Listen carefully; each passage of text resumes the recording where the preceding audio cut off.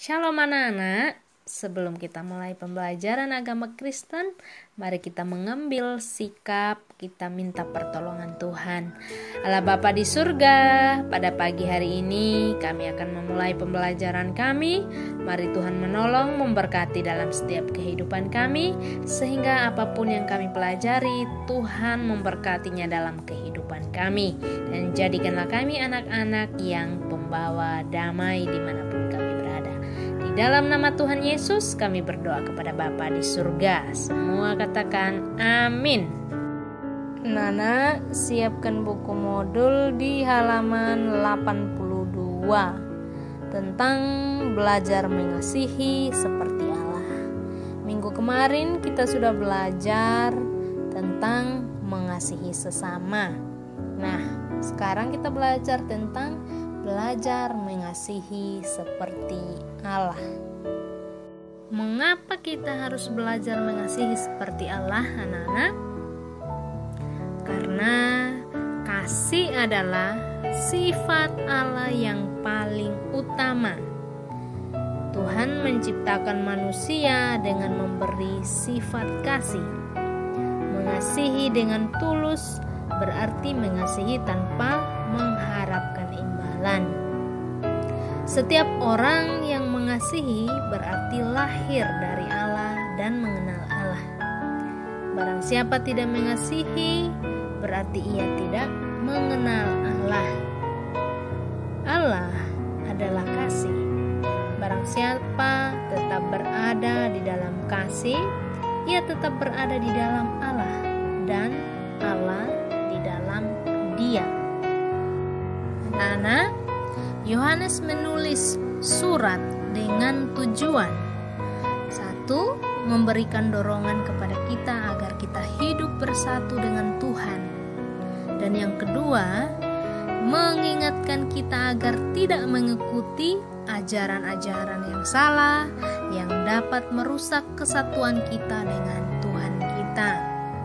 Contohnya di dalam 1 Yohanes 4 ayat 9 dikatakan, dalam hal inilah kasih Allah dinyatakan di tengah-tengah kita, yaitu bahwa Allah telah mengutus anaknya yang tunggal ke dalam dunia ini supaya kita hidup olehnya.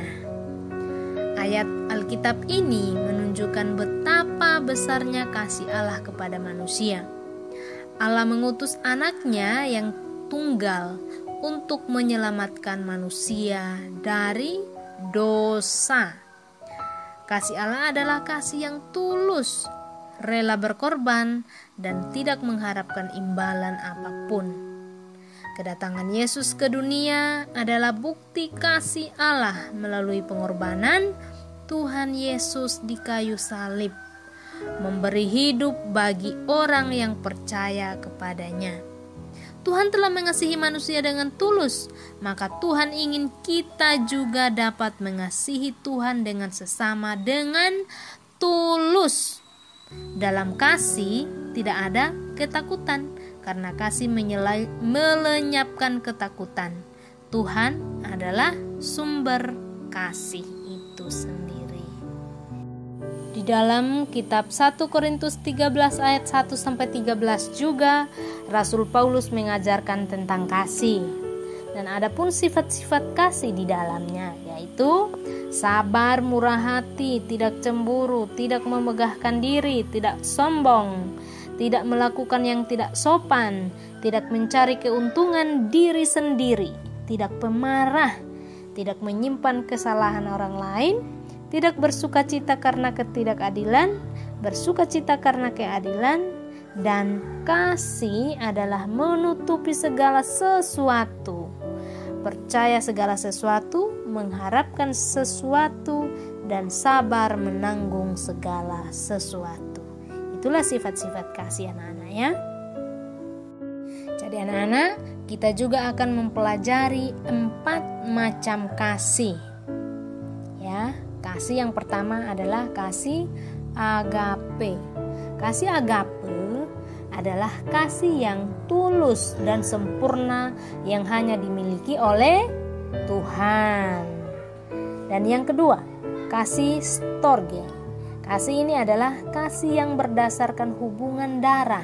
Misalnya, kasih orang tua kepada anak atau kasih antara saudara-saudaranya. Itu yang dinamakan kasih storge. Kasih filia. Kasih filia adalah kasih persahabatan.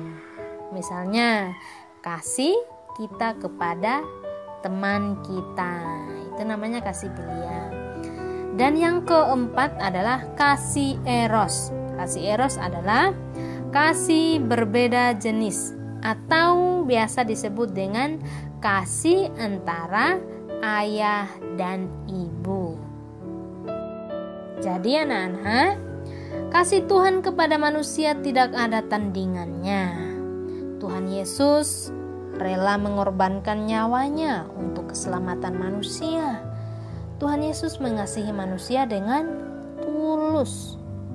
Jadi anak-anak, mari kita mengasihi sesama kita dengan tulus dan benar. Kita memohon pertolongan daripada Roh Kudus agar menolong kita, agar kita dapat mencerminkan karakter Tuhan Yesus Kristus dengan kita mengasihi Tuhan kita dan mengasihi sesama kita. Anak, selamat belajar. Tuhan Yesus memberkati kita. Tugasnya adalah anak-anak silakan mengerjakan soal yang ada di halaman 88, khususnya Romawinya yang keempat. Ya, Romawi 4. Di situ ada 5 soal saja. Anak-anak silakan kerjakan di buku tugas. Setelah selesai dikerjakan, foto selfie dengan tugas yang anak-anak sudah kerjakan dan dikirimkan ke Miss Yuyun lewat WA Miss Yuyun. Oke anak-anak, terima kasih. Tuhan Yesus memberkati.